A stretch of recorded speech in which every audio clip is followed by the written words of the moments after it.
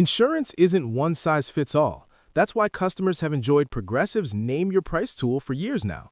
With the Name Your Price tool, you tell them what you want to pay, and they'll show you options that fit your budget. So whether you're picking out your first policy or just looking for something that works better for you and your family, they make it easy to see your options.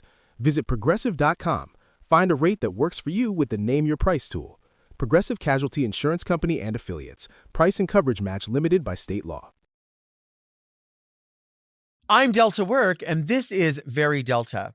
Today, the show goes down under with Courtney Act. We talk about meet and greet etiquette, reality television, and the act of immortalization. But first, do you want to see me go off? Because I think you want to see me go off. Oh. Mom!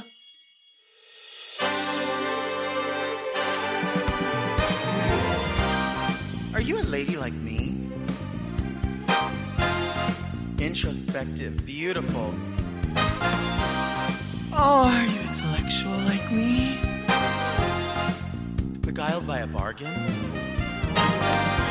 You like wild times? Oh, like me? Are you serving the community like me? Well, if you are, then you must be very Delta.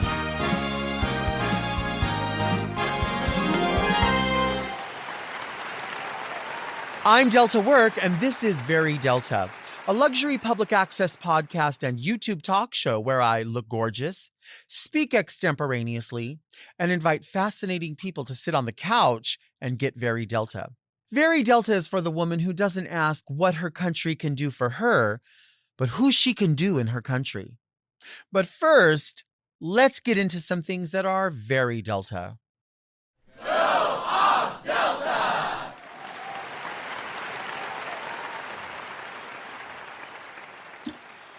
You know what it's time for? It's time to go back to Cheesecake Factory. I'm ready for pieces of cheesecake, and I'm ready for new flavors. We offered up 4 flavors maybe this time last year, and we just did not get any feedback. We didn't get a new menu. We didn't even get one of our items on there. I just knew somebody was going to get that pistachio cheesecake on the menu. That, what was the other one that we had? The ambrosia salad cheesecake, the abuelita hot chocolate cheesecake. There was so many offered. Maybe they were too creative, too similar to what was already on the menu.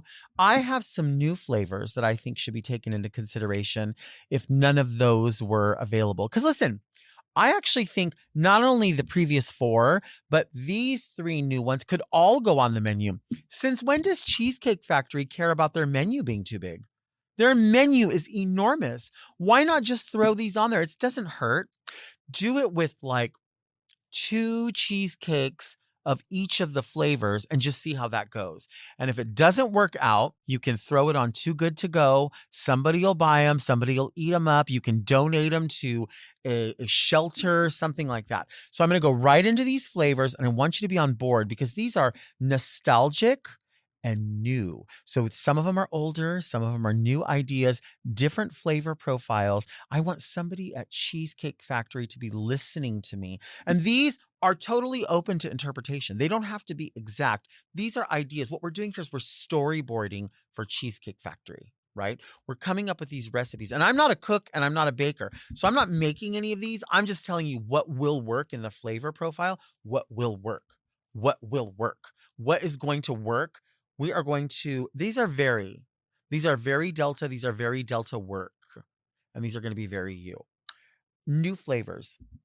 What about the nostalgia of a PB&J? A peanut butter and jelly sandwich. Imagine having a piece of cheesecake layered in between. You have peanut butter, and I'm talking a creamy peanut butter because this is how it's going to play out. Graham cracker crust, cheesecake, peanut butter, smooth and creamy in the middle, more cheesecake. Then on the top of it is going to be poured from here. This is where we're going to put a puree inside of here. It could be strawberry. We could do grape. I would say strawberry or grape, so we keep it real traditional. And we pour that just like that on top of the piece of cheesecake so it drizzles all over. And then guess what? You're probably not ready for it. You get chopped up peanuts and just garnish it like that. Boom. That's it. Boom. Are you ready for it? It's nostalgic. Everyone loves a peanut butter and jelly sandwich. And how about this? Maybe the side of it where the crust is, you can ask to have your crust cut off because some people don't like a peanut butter and jelly sandwich with a crust on it. Imagine that. I want it on there. So maybe you can also ask for extra crust. So anybody who gets their crust cut off, you save it in a little baggie. And if somebody says, can I get extra crust? You can take a piece out of there. And it could be like, I don't know, you could charge $3 for extra crust. I'm helping you make money. Peanut butter and jelly cheesecake. What about this? A Southern delicacy, peach cobbler cheesecake. It's perfect. It's set up for that. You have those ingredients probably already in the restaurant, right? It's going to feature the drizzle as well. I think what's going to set this apart from other people's peach cobbler, if you think of a peach cobbler and a cheesecake, they're very specific, right? But we're going to take this to the next level because we are going to introduce the peach compote inside, and we're going to have some of that sort of lattice on the top with butterscotch. So the lattice that you imagine on top of a pie, that crust, we can recreate that with just butterscotch striping across the top, or we could maybe slice ladyfingers and those go on top. We want some sort of pattern on top of there. And then what about this? A little bit of salt on top of it to hit that sort of caramel and butterscotch together. Nobody talks about salted butterscotch. We talk about salted caramel, but salted butterscotch, ooh, that sounds cute together. Imagine that. Imagine, because you go to a restaurant and sometimes they have cheesecake at restaurants. We're talking other places, not Cheesecake Factory.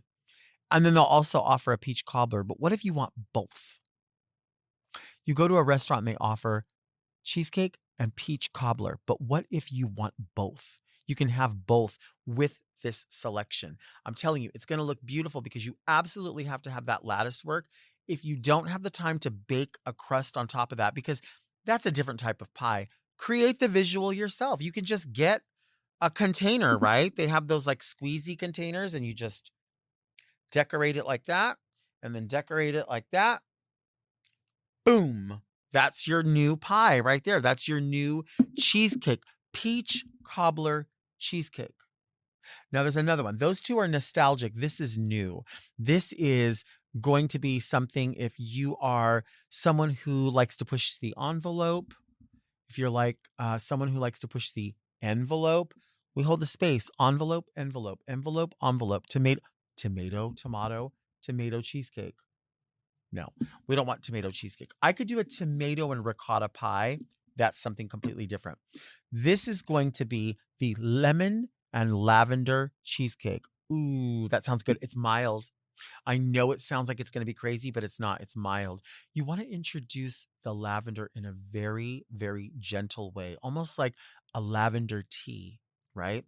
We're not going to change the color of the cheesecake because we're doing such a gentle flavor profile. We don't want it to look, bright lavender because that will scare people off. It might look like mold. We want to keep it traditional in color, just a white cheesecake. But that lavender flavor, it's going to be almost like a lavender tea infusion. And then there's going to be a lemon garnish on top. It could be a lemon sauce. It could be a lavender tea infusion, right? So you're going to taste it. It's going to be mild. You are going to be able to taste sort of that herbal, though, coming through. And then to juxtapose that flavor, that mildness, something's going to bring it out a little bit. That is going to be the fresh squeezed lemon. We could do a lemon, I think maybe a visual of lemon circles, so compote on top. We could do, maybe it's not that. Maybe we just do a squeeze of lemon all over the top and then a lemon peel. That could be pretty. We want something that you're going to want to eat. I don't like the idea of garnishes on a dessert that you're not going to eat. So they have to be edible. We might be able to introduce something that is lavender-ish in a flower that's an edible flower. Obviously, we're not going to eat pieces of dried out lavender. So we get a flower that is lavender in color to suggest, because listen, when you're looking at something to eat, you don't really think like, oh, that's not lavender. Like you taste it, you look at it, you get the connection, right? We eat and we look at what we eat at the same time. So that makes, we want that impression. We want it to look beautiful. Would have to up the price, I believe, on the lemon and lavender to honestly probably $1 or $2 more in order to pay for the edible flowers. But listen, a lot of the people are fussy. They don't mind. We can charge them. They'll pay it. They won't really care. We'll just give it a shot. This could be something that could be introduced as a Mother's Day special. It could be an Easter special. I don't know that they're necessarily for the fall, but the reason I'm giving you these ideas, Cheesecake Factory, is so that you can think about them, storyboard them, figure what works within the price point, and then do a test market. We have all fall and winter to start storyboarding and getting in the kitchen and really getting our hands dirty and creating some of these new flavor profiles like peanut butter and jelly sandwich, peach cobbler cheesecake, lemon and lavender. These are the ideas that I'm giving you for free. All I ask is I get a piece of each of these. Whenever I come in, I want to have a piece. You know what I'm saying? Like, I don't think it's asking much. I would love to revisit some of my previous flavor profiles that I've offered up that you haven't taken seriously. I don't know why. One other thing not related to dessert, but still in the bakery, a little quicker on the bread. You know what I mean? Like, I just feel like that is a storyline that conversation needs to take place. Just more bread refill. You know what I mean? I don't want to have to ask for bread. I'll tip. Don't get me wrong. I'm tipping, but I want to see that bread come out a little bit quicker. I'd really love that. Do you want to see me take a break? Because I think you want to see me take a break and go to Cheesecake Factory and get a piece of cheesecake and take it home and take my clothes off and sit in the bed and eat it and then go to sleep.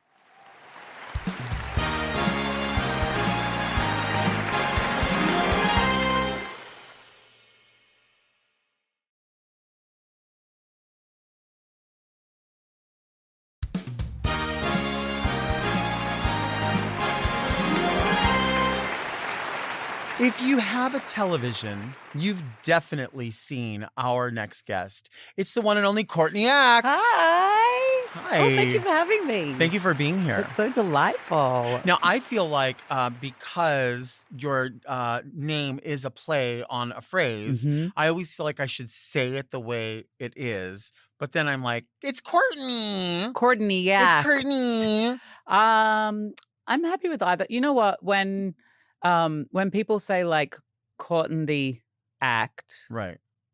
I don't know. I feel like just Courtney.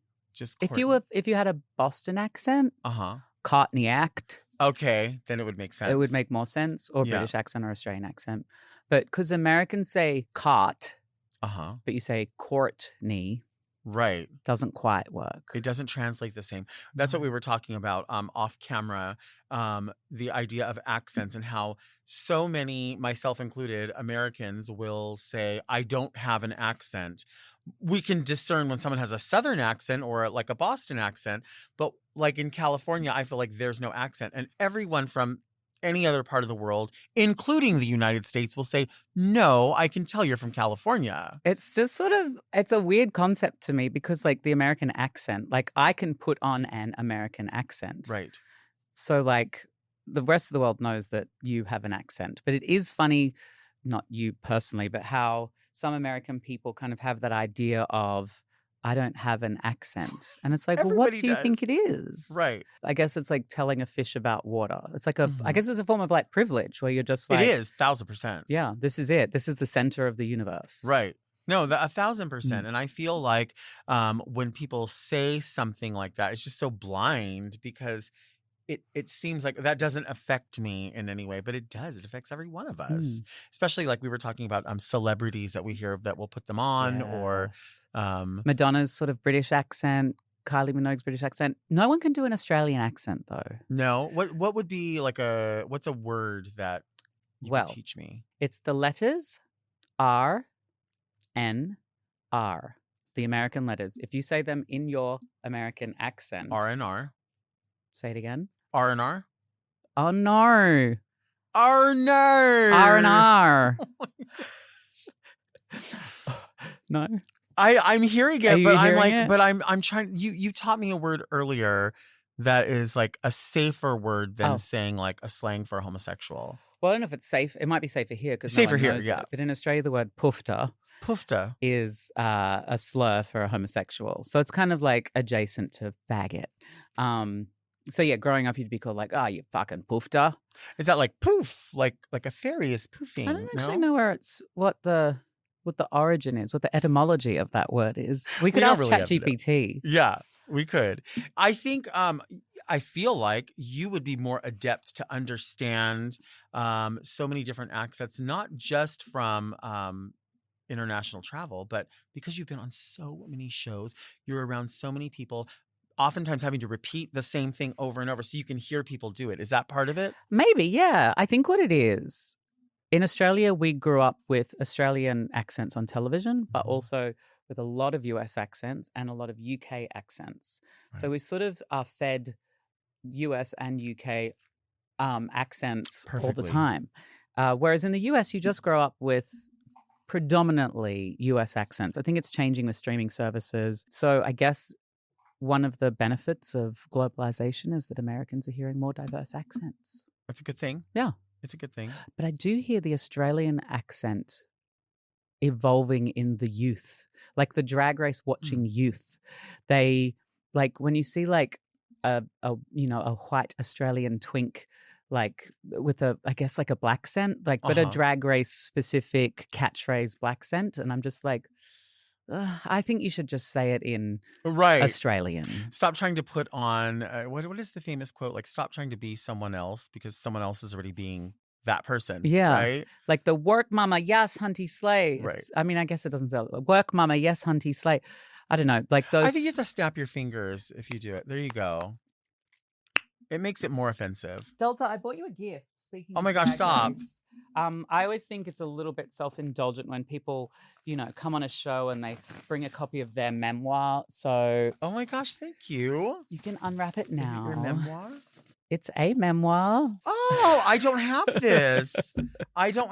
this. I wonder, is this the latest? It's the latest and the greatest. It's called The House of Hidden Meanings, a memoir by RuPaul. I do not have this book. I wonder. I read the free sample on Amazon. I could have written the foreword for this. You could have. I could have. I wonder if there's a picture of me in here. You think? I don't know. Do you think? There might be. We shared so many different experiences. If we had a digital version, we could search for your name. Oh, here it is. This is the page dedicated to me. There it is. If you want to see that, this is the story of us at the Emmys together when I was the first RuPaul's Drag Race contestant to ever win an Emmy. There was that, and she built that for me. That's beautiful. Thank you. Pleasure. I love that. I love reading. Certainly that would be light reading. But I love it just the same. No. So here's the thing. I said, if you have a TV, they know who you are. Clearly. You have, and I wrote this down because it's super important. Some of your television appearances, Australian Idol season 1. 2003. That's a long ass time ago. That was 21 years ago. How is that? Where does the time even go? Children are not born. There are children watching this who are under 21 who weren't born yet. Right. That's wild. Dancing with the Stars, Australia. Mm-hmm.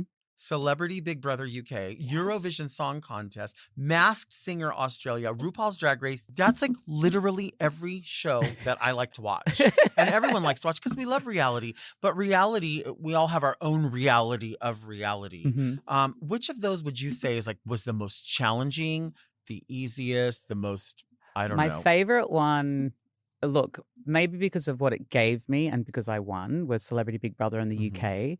That was cool. I think, on a show like Drag Race, I'm almost like the least interesting of 12 drag queens. Like I'm the most, like I've got the smallest makeup, the smallest hair, the smallest outfits kind of thing. And there's a lot more drama and excitement from other queens. But then I walk into a house like the Big Brother house and I am the freak just by existing.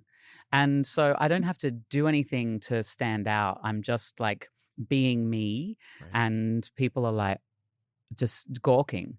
And there was something really fun about the Big Brother house because you're there for a month and you're filmed 24 hours a day, and you just end up talking to people about stuff. And then you have no idea what, you're being watched, but you don't know what is being watched and what the reaction is. So you're on good behavior and you're aware that someone's watching, but you almost forget, you're aware you're being filmed, but you forget you're being watched. Okay. Like, I forgot my family existed. Like, about a week into it, someone asked a question about family, and I was like, oh my God, I haven't thought about my I family would for a guess, week. yeah.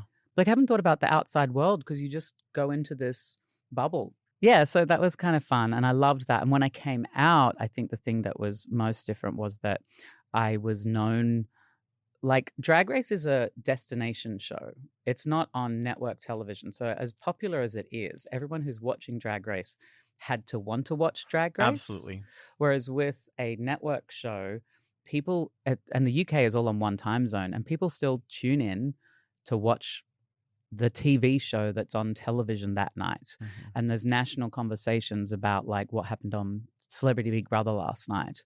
So to sort of feel that reaction of a nation, the love of a nation, just to be the conversation of a nation is such a fascinating thing, where like normal straight people who didn't sign up to watch a drag queen were suddenly watching a drag queen and learning about, gender identity and sexuality. So that was really fierce. That was like, that felt special. Mm-hmm. Not that Drag Race didn't feel special. Drag Race No, it's totally different. was, just a different experience. But then like Dancing with the Stars, like getting to... So exciting. Did you feel maybe a leg up on other people because you are a performer? Yeah, I mean, I think drag and Dancing with the Stars go really well together.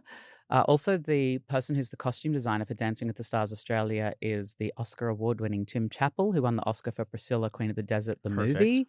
So that's a great marriage. And then my dance partner, Josh, we just fell in love with each other. He's just the most wonderful man who we were both really passionate and excited and worked really hard.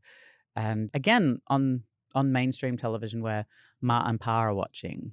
Well, I think that's what's important is, no, what does it say? No shade on whoever, but like you are perceived as a very professional, quote unquote, clean teen. You know what I mean? So one of the good ones. Right. And that's a good thing, because when we try to bridge this gap in between, we have to have people understand that like, there are people that do what we do, like yourself, who takes what you do very seriously, but not necessarily yourself very seriously. Yeah. And you're willing to laugh at yourself and willing to fumble and go, okay, well, I'm human. Yeah. But it's also great because when it's polished, it's out of this fucking world.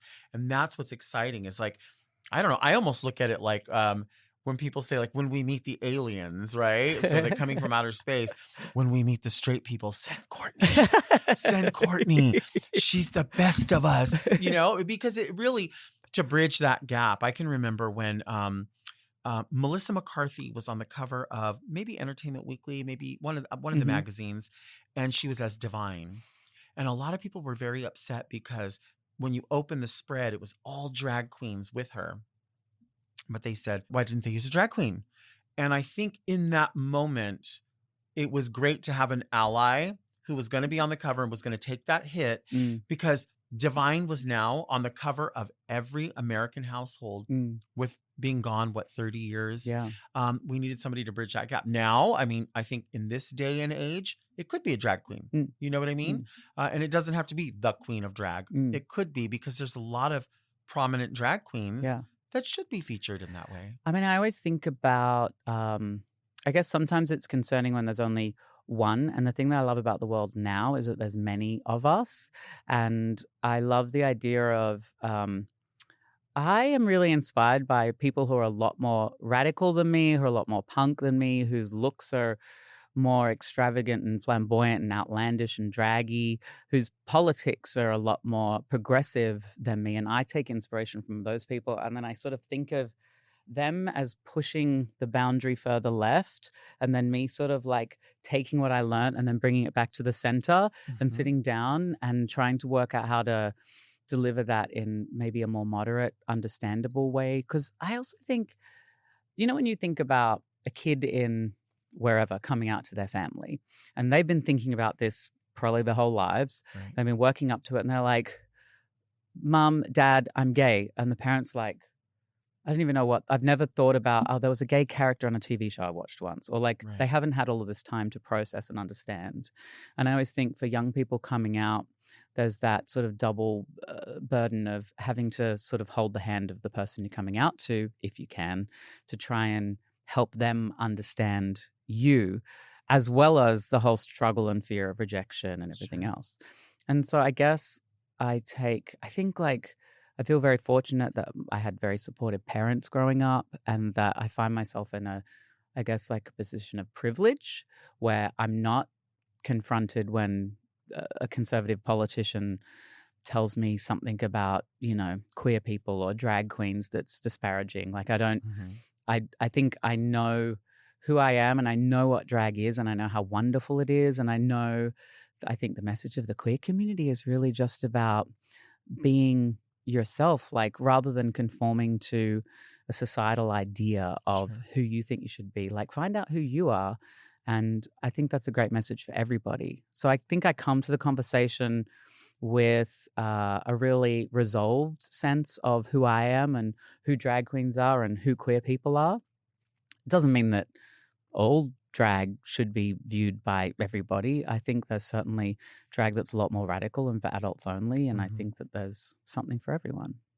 I mean, listen, I 1,000% agree with that. And I feel like my takeaway from that is for sure that yes, all the message is the same, but it's coming from different places. Mm. And we have to accept that there are people that will only understand the message if it's delivered to them gently, or if it's delivered to them from people who, quote, look like them. Yeah. And we have to break the walls however we break them, however we get through. It is so necessary. And you know, you mentioned privilege. If we can use our privilege in whatever way, we were joking off camera about this idea of a coconut, and there's people that will use that derogatory term towards me by saying you're brown on the outside but you're white on the inside. And the idea is, well, you may think that, and I may play a white lady on television for you, but we all have some different background. Yeah. But we have a similar message. Yeah. I think so. Let's take a break.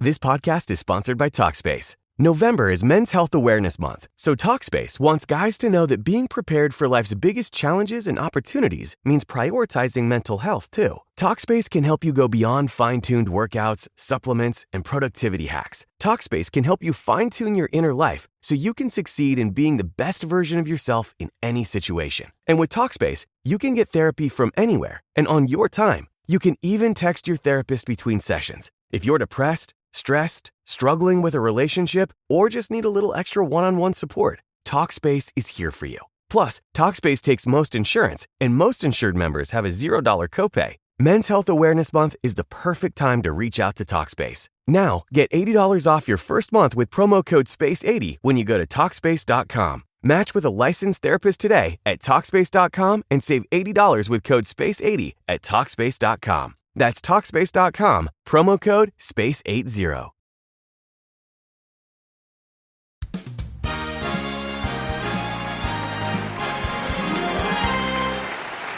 We are back with the beautiful Courtney Act. We were talking about all these shows that you've done. And then on top of that, a wax figure at Madame Tussauds. Get away from me. Are you serious? That's actually so... I don't even have the words. Just the wildness of having an actual wax figure so cool. of me. And it's like anatomically correct down to the web toe. Really? Yeah.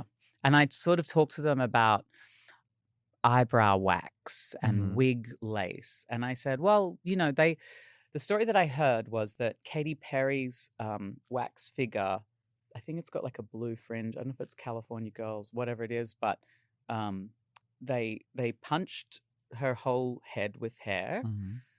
Then they put all of that hair in pin curls, and then they put the wig on top because they're that specific about the accuracy. Wow. So like the way her head would be, her hair Yeah, would be rather wrapped. than a bald head wearing a That's wig, it still had. wild. And so I was like, okay, if I know that that's your kink, then I'm going to give you some details. And I talked about like gluing down my brows and the Mhm. texture that would be there. I talked about like they said, oh, is it okay if we like punch the hair? And I was like, I think it would be better if it was a wig Mhm. because that's what I wear and if that's your thing.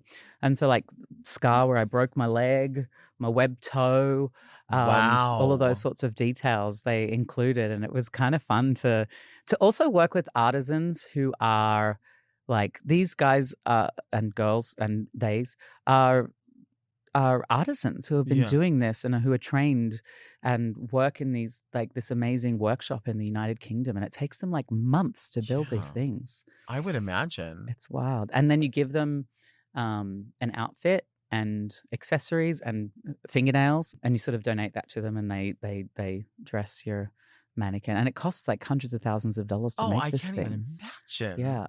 And do you think like it was this for you a signature hairstyle? Was it a signature makeup? I chose an outfit that I wore to host the Sydney Gay and Lesbian Mardi Gras on television one year. Mhm. It was a Marco gown. It's very rainbow, very colorful, very cute.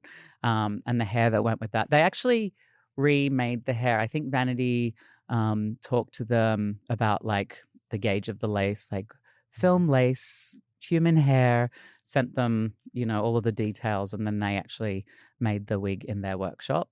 Like the day of the fitting, I guess it was like an 8-hour day where there's like a person who had like a big piece of paper, like a with paint and a thing with the paints and the colors, and she Mhm. was like mixing paints and like holding them up, and she had like all the different like, oh, this is your skin tone here and this is your skin tone here.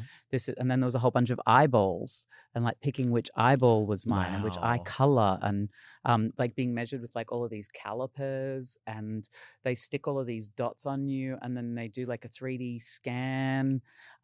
Just being a part of that process and seeing how like artisans make their art Sure. was really fierce. But yeah, it was a huge honor. That is so exciting. And the figure is so sick. Like it's real. That's the other thing, is to see the figures. It's a little like uncomfortable at first. It is. Because you're like, It really is it going to come alive? Yeah. Weirdly, the one they told me that the sort of the biggest celebrities who don't, or the celebrities who don't give the full 8 hours or who don't give any time, they sort of base off photographs and things. So they like, you can tell who gave the time and who didn't, because some of them look a little off kilter. Mhm. But then there's ones that are freakishly lifelike that you think are going There to are come some. alive. 8 hours is a lot of time, for everyone. So it can be difficult.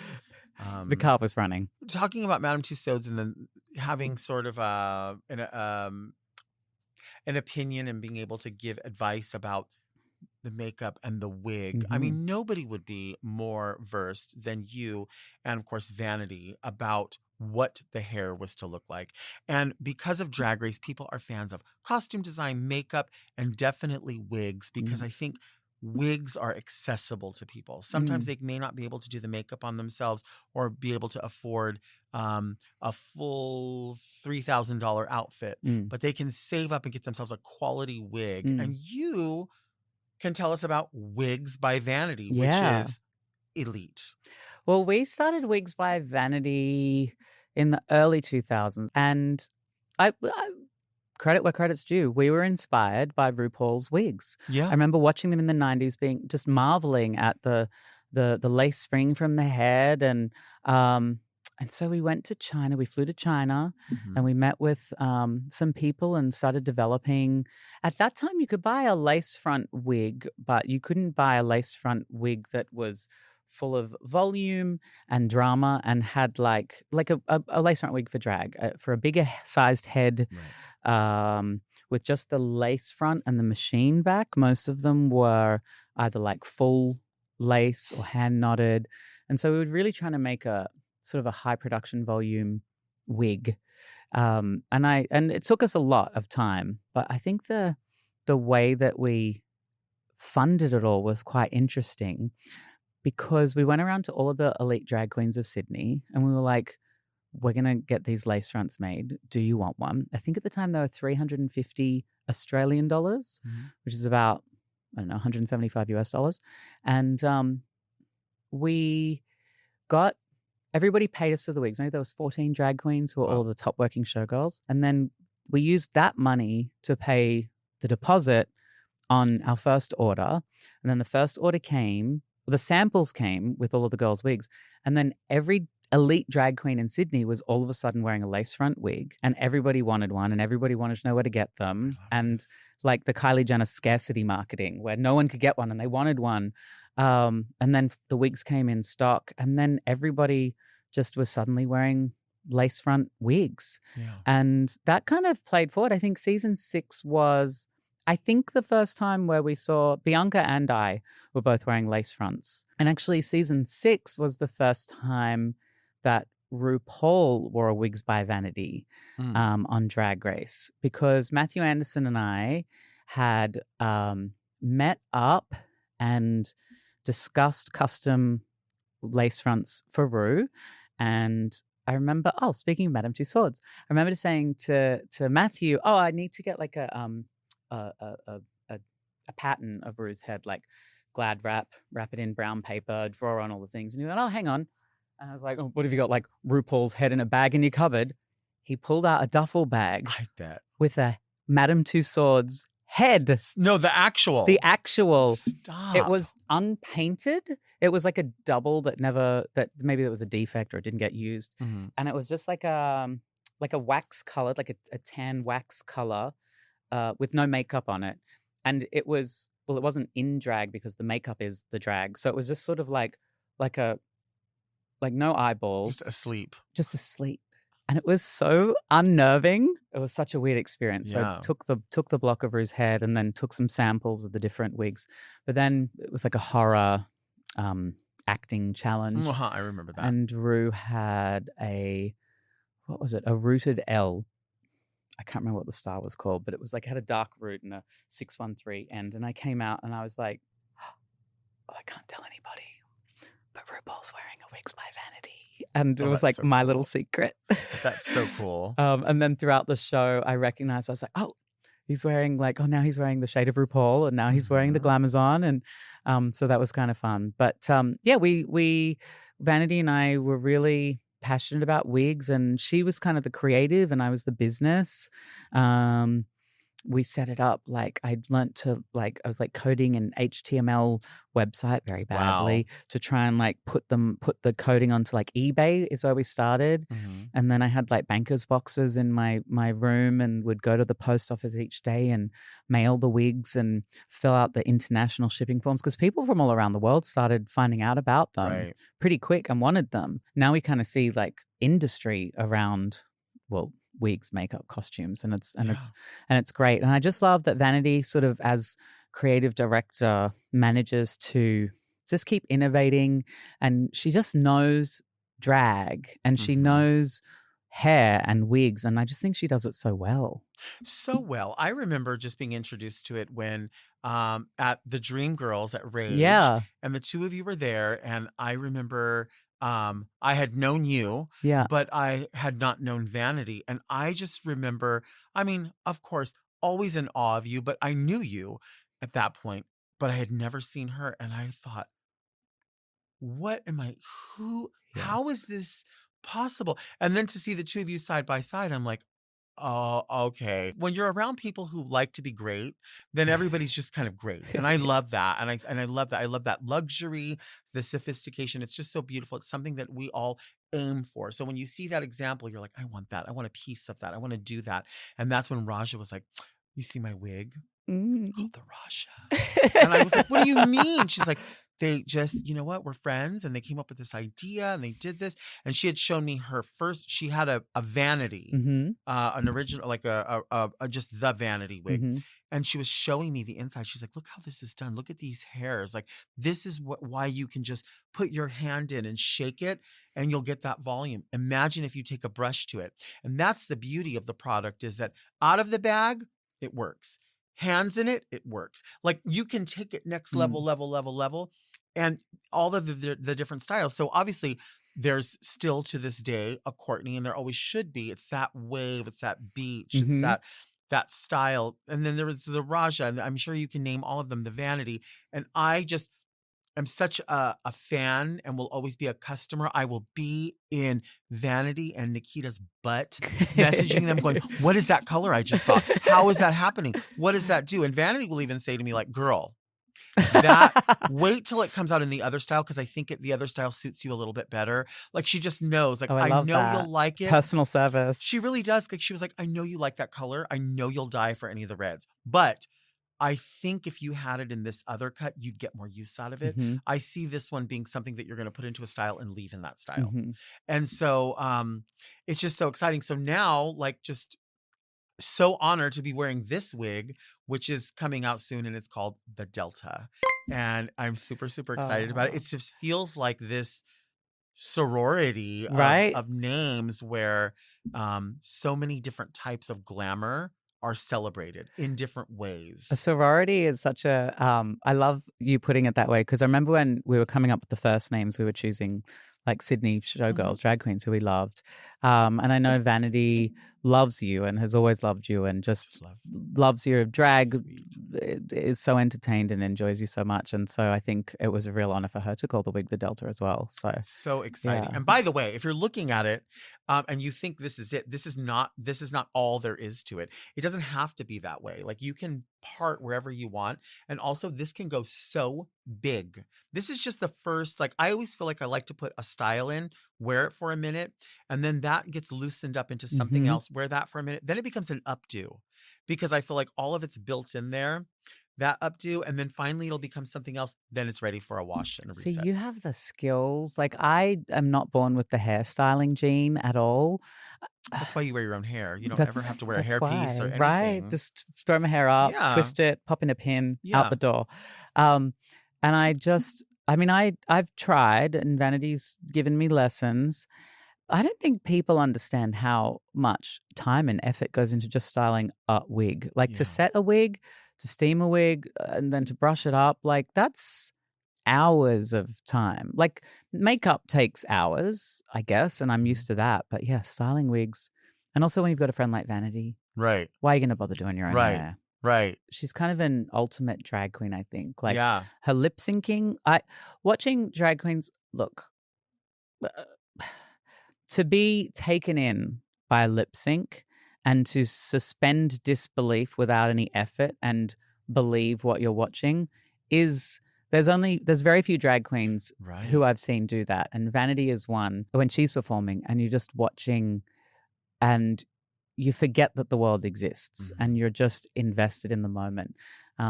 So yeah, I think I'm very grateful that she's my big sister and that we got to do this Wigs by Vanity thing together and kind of change the world of wigs. Yeah. Like we wanted to make a wig that was for drag queens by drag queens. And in the beginning, people were like, oh, I think that's a bit too specific. Like maybe you should make wigs for women or, you know, people who have had cancer and lost their hair. And we were like, no, I think we know what we want to do. We want to make wigs for drag queens by drag queens. Right. And then we didn't know that drag would blow up the way it has. But I mean, I think the number one complaint people would have about Wigs by Vanity is that they can never buy one because they sell out so quick. If you want a Wigs by Vanity, you better set your alarms. They will tell you every single time, this is when they go on sale. This is in Scotland, it's going to be this time. In Los Angeles, it's going to be this time. You get a fair warning. Yeah. You do get a fair warning. It's like getting tickets to a Taylor Swift concert or something. It really is. And I mean, the colors, it's like, they're just so intense. The quality, it's like you really, if you take care of them, I mean, I have some that are just so old. Yeah. And people would never know because if you clean your lace, if you take care of it, if you put them away, they're just like your babies. Yeah. They really are. Can I take a moment to credit myself? Yes. I had forgotten this, but Vanity reminded me, it was a few years back, and I said, why can't, like I've seen really fine tinsel. Surely we could like knot that into wigs. And we spoke to the people in our factory and they were like, oh, I don't know. And we tried a few and then they did it. And then we had a range of like tinsel wigs. And Vanity, she was like, remember when you invented tinsel wigs? And I was like, what? I invented. And then I was like, and now you see like people with not the typical tinsel party wig. Obviously they existed. Right. But the idea of like knotting tinsel into a wig, we released a range before anybody else, and then they started coming out everywhere else. Now when I see tinsel wigs, I just sit there quietly and be like, I invented that. Where's my pen so I feel can like write Jackie on here Beat. things that you've done? I have a pen somewhere also created, but you're not lying. It really was a thing. It really is a thing. And people will watch this, or I see them commenting on other people's stuff, and they'll say, "Oh, is that a Persian rose so-and-so's wearing? Is that an ultimate? Is that a?" And it's neat because it has now become this thing where there is a culture of people, a language built around it. Even people that don't wear them, they're just fascinated because they get to meet. I think through social media, the people that they're compelled by. Vanity, you. Nikita, myself, whoever that's wearing that stuff. So I think it's just super exciting. Yeah. And gays love, like you said about makeup and costume, like maybe they don't have the time or the skills to do makeup or the costume or the money. Those gays, do you remember when? I don't know. For me, it was like the early 2000s when I first came out, and you'd be in the gay bar and you'd be in drag and they would love you on stage and you would be fierce, but like they didn't want to be you. And there was almost like a bit of shame about being a feminine 1000%. person. And now those faggots in their heels with their wigs whipping them around when they're like at the circuit party or they're at the Kiki and they're posting their videos online. And I'm like, now who's, you know, it's changed. It's changed. It's come full circle. And I'm glad. And you know what? It's come full circle because guess what? Never forget where you came from. We all used to put a towel on our head and throw it around and pretend we were Diana Ross. Every single one of us. Or Cher or Mariah or whoever it was, whoever your diva is. And you can have all of them as your diva. Yeah. Maybe you thought you were Courtney Act. I think so. Let's take a break.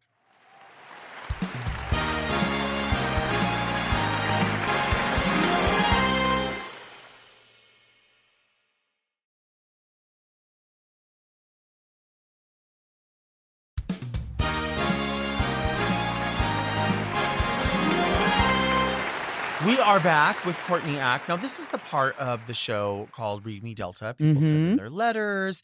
Sometimes they know that their favorite will eventually be here, so they might address them to you. But sometimes maybe not. Sometimes they're just general questions about advice. Usually it's advice. I try to say, if you'd like to send a letter to readmedelta@gmail.com, please don't just send your commentary because sometimes it's just like, stop being mean. Make it a question. Yeah, make it a question. Something fun. It could be something silly, too. Read me, Delta! Dear Delta and bewitching guest, I love going to DragCon. I've been twice now, and I've had a lot of fun both times. The only thing I can run into trouble with is knowing what to say during a meet and greet. I can be pretty shy, especially around the queens I really love. Sometimes I feel starstruck and I don't know what to say. On the other hand, I've had experiences where the conversation has felt really organic and I walk away feeling positive about the interaction. This includes my own experience with Alaska. She was super kind and lovely and I immediately felt at ease with her. Thank you, Alaska. So my question is, what is your advice for shy people when meeting queens?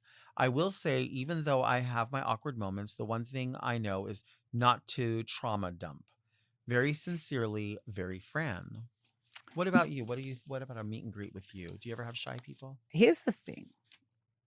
When you're at a meet and greet, the person you're meeting is kind of already on a pedestal.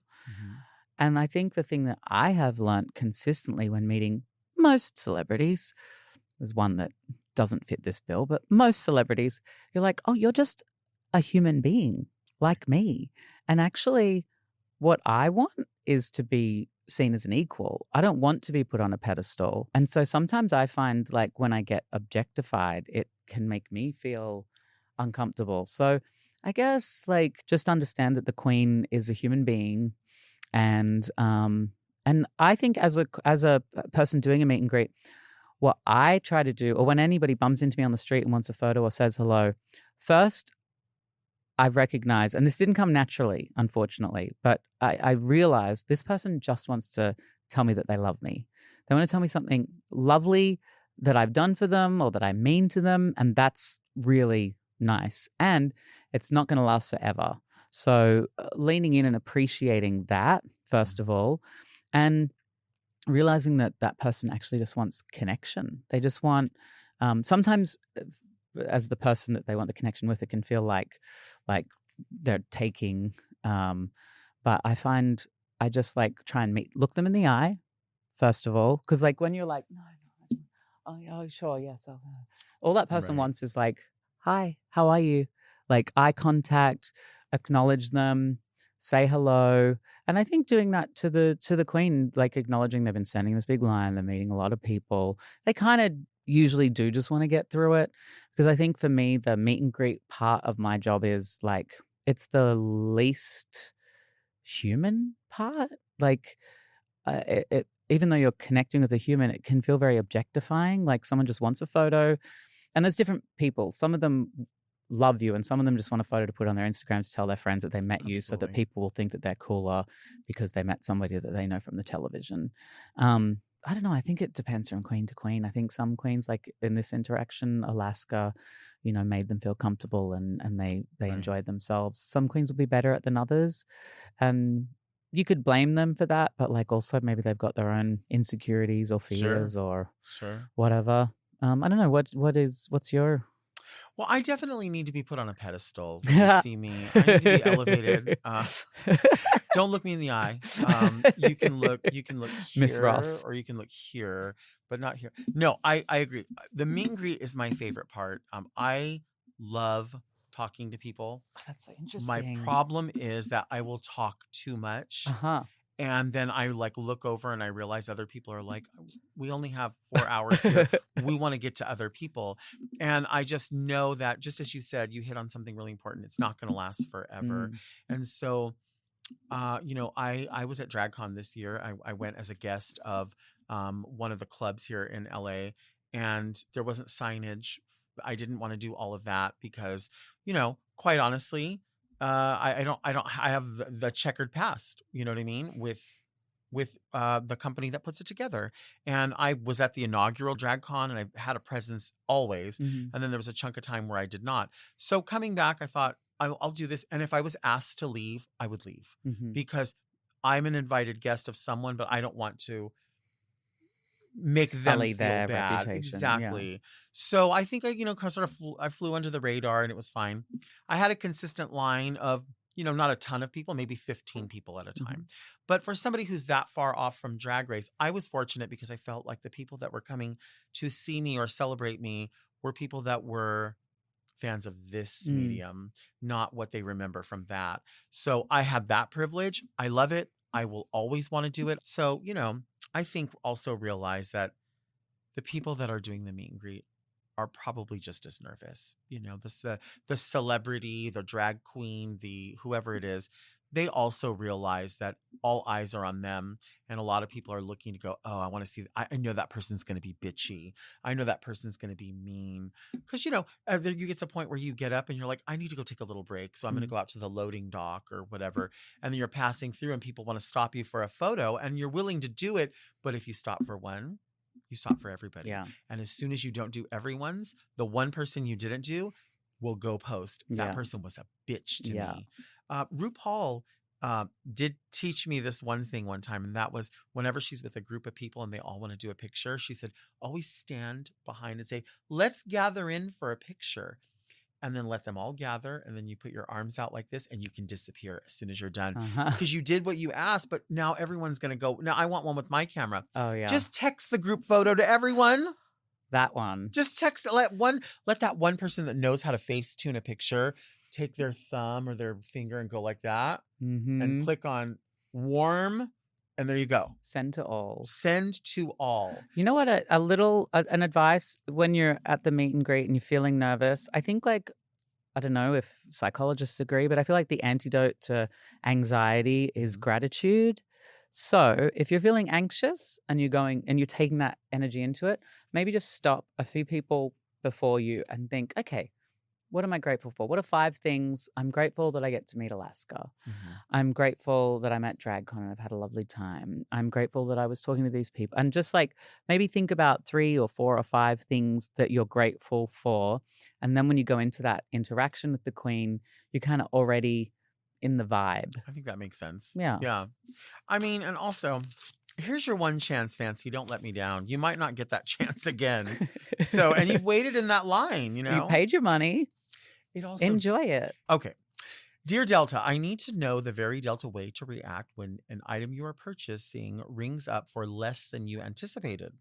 Do you celebrate loudly to acknowledge your good fortune? Do you point it out to the cashier? Do you get really quiet, complete the transaction as quickly and quietly as possible so you can feel super smug and pleased with yourself in the parking lot? What is the very Delta way to celebrate an unexpected bargain? Love, Alan. Do you ever get an unexpected bargain, something that you didn't know was on clearance, maybe? I had the opposite recently. Oh, shit. Tell Where me. something was more, but I really wanted it. And also, like, I don't know, it was a few dollars and I wasn't going to cause a stink, but I was just like, oh, okay. I think it was like a small, like, independent-y kind of place. And so I didn't feel like, I was like, oh. And so I just kind of sucked it up and moved on. It obviously didn't sink in that much because I can't remember what it was, but I do remember the feeling of being like, I could cause a scene and tell you that you are required to sell it to me for the marked price. I mean, if it was like a big box store or something, yeah. Yeah. Yeah, But not for definitely. a But small mom and little- pop, I know what you mean. Yeah. I feel that way. Like, I have had that happen. I bought a Christmas tree one year because we needed a new artificial tree. And they rang up the tree. It was regular price with like 25% off. Well, they rang it up and then they like scanned a coupon, not to be nice.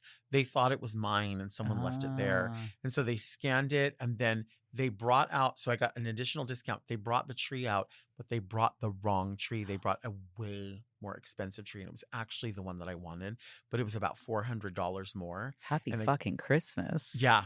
And I couldn't afford it. And they brought it out and the person was real huffy puffy and like, well, I can't load this into your car. But I was like, oh, no, you don't have to. They just said for me to meet you out here. Like, I will load it. And I could tell that they were just being a bitch about it.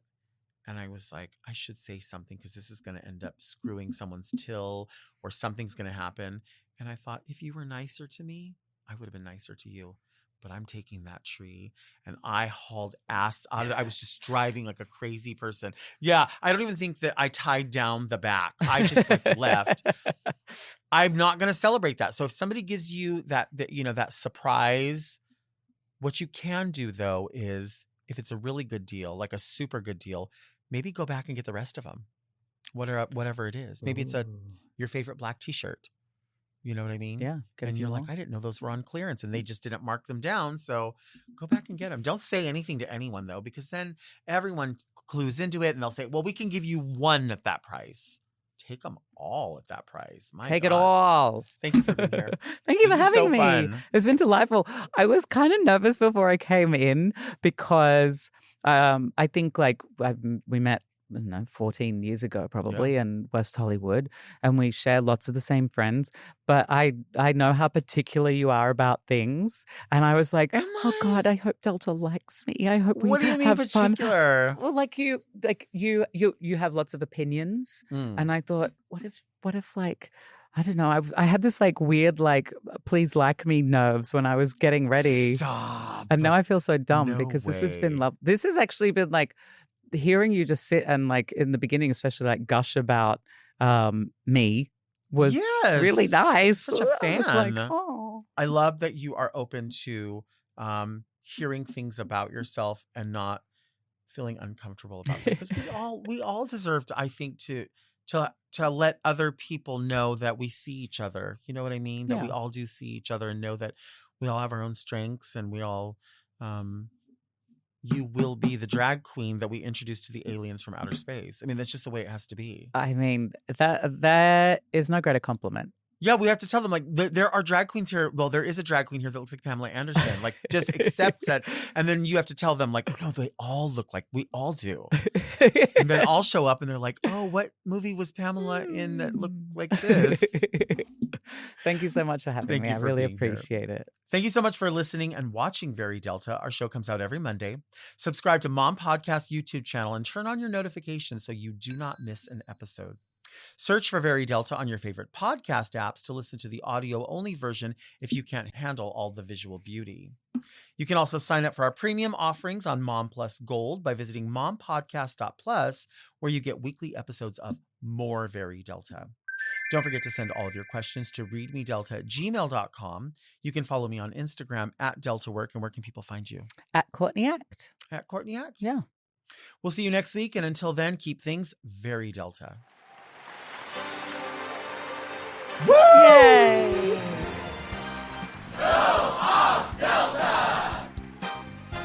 Very Delta is produced by Moguls of Media, aka Mom. Hosted by Delta Work. Produced and edited by Doug Robertson. Technical direction by Margot Padilla. With original theme music by Will Pitts. Media and design support by Stone Cold. And set design by Eris Sevilla. Executive produced by Alaska, Willem, Big Dipper, Camille Stennis, and Joe Cilio. Recorded at Forever Dog Productions. Cheesecake! Wow! Mom! To listen to Very Delta ad-free, 1 day early, and to get access to more Very Delta and all of Mom Podcast's premium content, check out Mom Plus Gold at mompodcast.plus.